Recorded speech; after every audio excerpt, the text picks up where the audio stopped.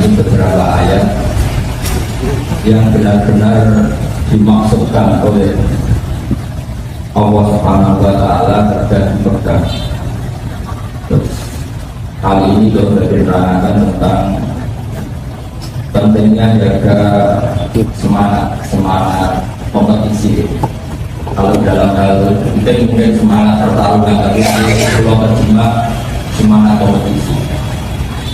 Dulu para sahabat karena perang tentu ada yang tangannya hilang, ada yang kakinya hilang, yang jelas kena luka.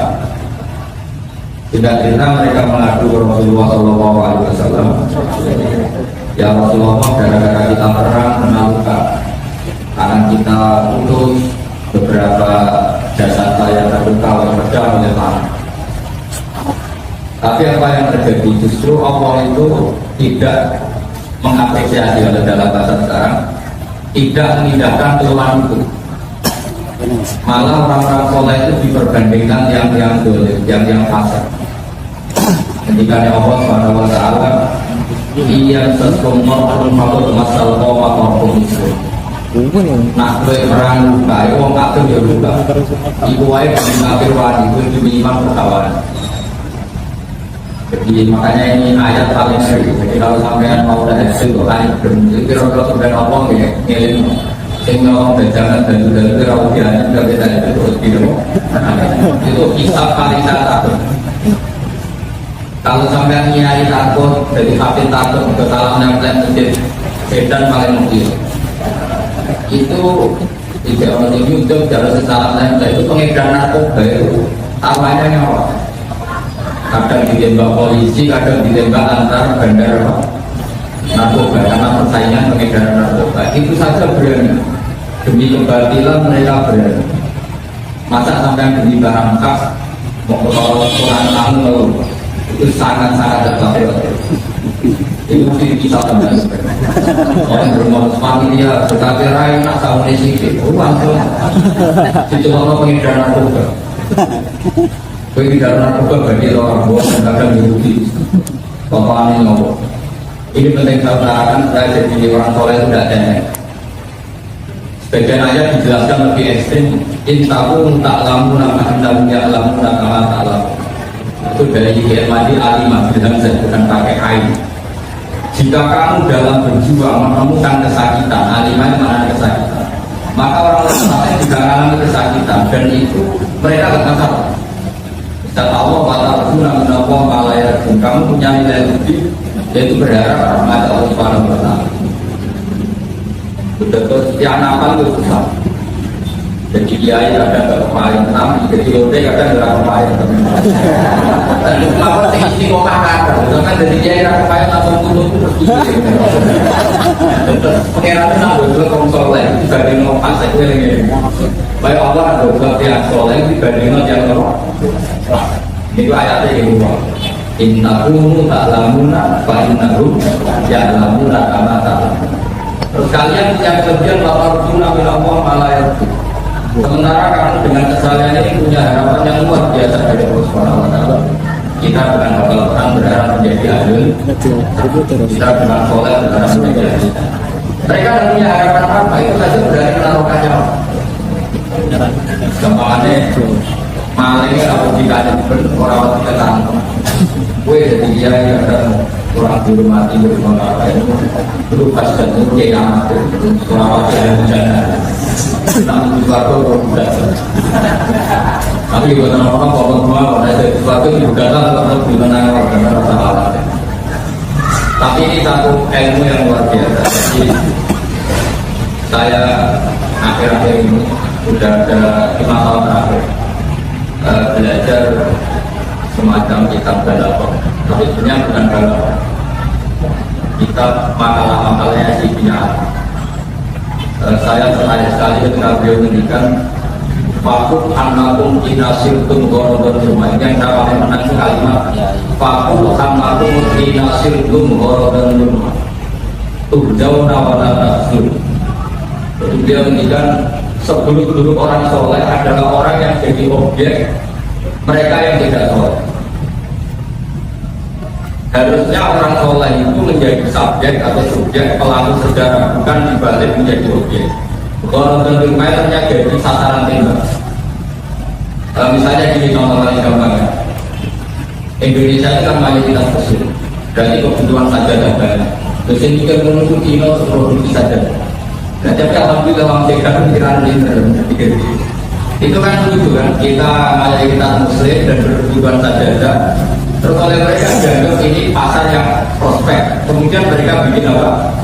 Sajadah. Mereka kaya karena jual sajadah. Kita jadi objek pasar mereka.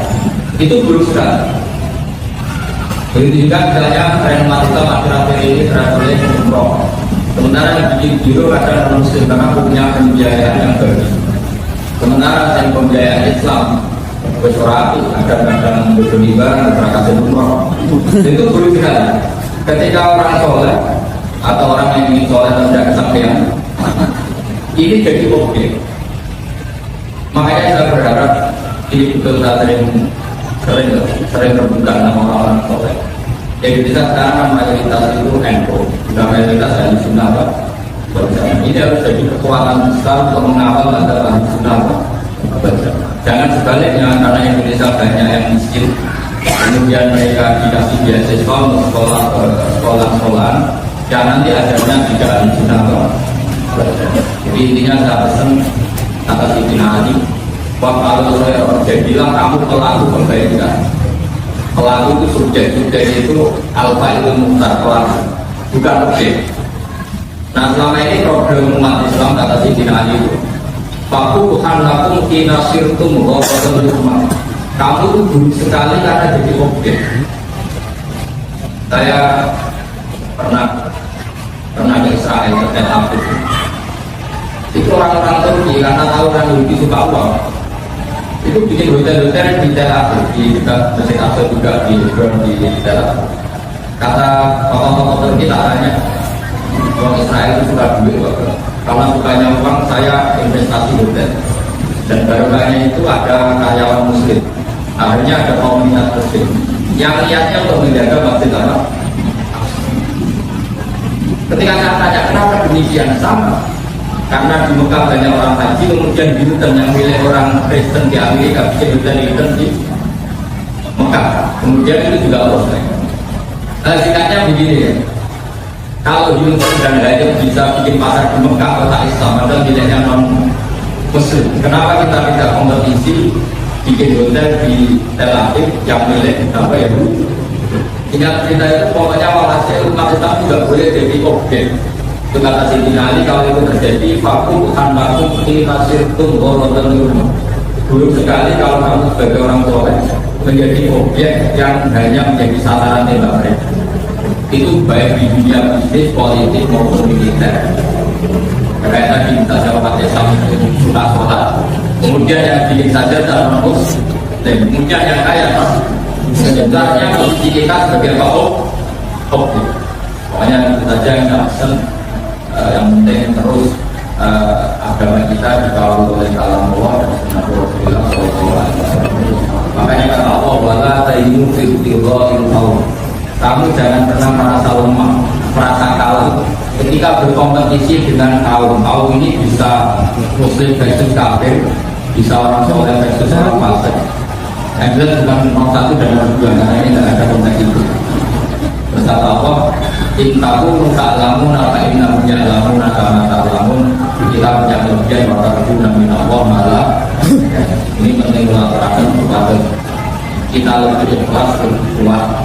Kalau mereka bisa mengatur kita dengan kecerdasan mereka, kita juga bisa menjadikan mereka objek dengan kecerdasan. Jadi tadi misalnya saya betul-betul bersaksi, orang Bali misalnya suka sate Madura atau suka sate, kemudian orang Islam dagangan sate di sana karena sukses ngajak ponakannya misalnya, tahu-tahu jadi komunitas muslim, akhirnya berhubungan masjid-masjid madrasah, itu era anak sudah bisa baca Fatihah. Tapi yang satu itu orang Bali bisa baca Fatihah. Bapaknya baru sate, sukses ajak ponakan di sana, terus berkebutuhan bikin madrasah masjid karena sudah jadi kampung Islam. Akhirnya anaknya disekolahkan di sebelah kiri, kemudian mau bicara kalau sudah baca Fatihah. Begitu juga kemarin saya ke Korea dari pekerja yang tinggal banyak, karena banyak bikin komunitas, bikin masjid, akhirnya butuh guru. Hanya beberapa ustadz disewa jadi ajar di sana. Kemarin juga banyak kita pulang ke persulatan. Artinya negara ateis pun bisa jadi objek perjuangan, asal kita sebagai subjek pelaku. Jadi semua kita anggap sebagai objek, kita pelakunya untuk mengelola dampak. Bukan kita sebagai objek mereka lalu kita jadi dulu atau jadi objek kayak misal dulu dijajah Belanda. Nanti orang Indonesia sopan-sopan dijajah. Sing nyopane diundang dulu, wong sing jajah diundang apa? Dulu, cuma terlalu dulu orang. Dulu monggo. Dulu dia belum set up zaman Belanda itu. Belanda, makanya agak sih Mas Ali Bukong, beliau bikin maklumat 22 Oktober bahwa melawan Belanda itu berlain. Zaman itu orang masih meluangkan hari. Jadi kita pernah jadi korban rumah, jadi objeknya penjajahan. Makanya saatnya sekarang kita jadi subjek. Tentu era modern dengan perilaku yang baik, menjadi ekstrim juga. Tapi intinya si Binari itu menurut sekali kata beliau, Fakum hanakum inasirutum korodon yurma. Dulu sekali kalau umat Islam itu jadi objek gerakan mereka. Itu saja yang saya sampaikan, benar-benar menjadi simbol Allah, simbol benar-benar simbol Allah, benar-benar kita akan tertanam di mana saja kalau saja. Maka sampai sama TKI yang kita iwan di Hongkong bikin masjid, sama di sini malah konflik sama Allah. Sudah lah yang apa yang berubah yang besar selalu anak biasa ya senang karena anak karena itu atau baik juga rasanya ya justru tapi ya hari ini sifat hari ini salaman itu soalnya itu nggak artinya kali itu takdir nggak apa kata Allah intenskan ibu kabar ilmu bahwa aku takdir aku nomor jadi gede sama orang itu masih majakan bunuh. Itu kalau nggak sampai bunuh merasani toh insya Allah juga merasani itu bilang. Jadi kalau kata Allah jika kalian sukses menghilangkan dosa besar, meninggalkan dosa besar, insya Allah yang kecil-kecil itu gimana? Makanya kalau benci sama orang itu kadar ini dihilangkan, insya Allah yang kecil-kecil itu gimana? Akan juga cintas dan ibu kabar ilmu bahwa anggu mutakir angkum saya. Jika kamu sukses meninggalkan dosa-dosa besar yang kalian dilarang, insya Allah mengakhir antum saya.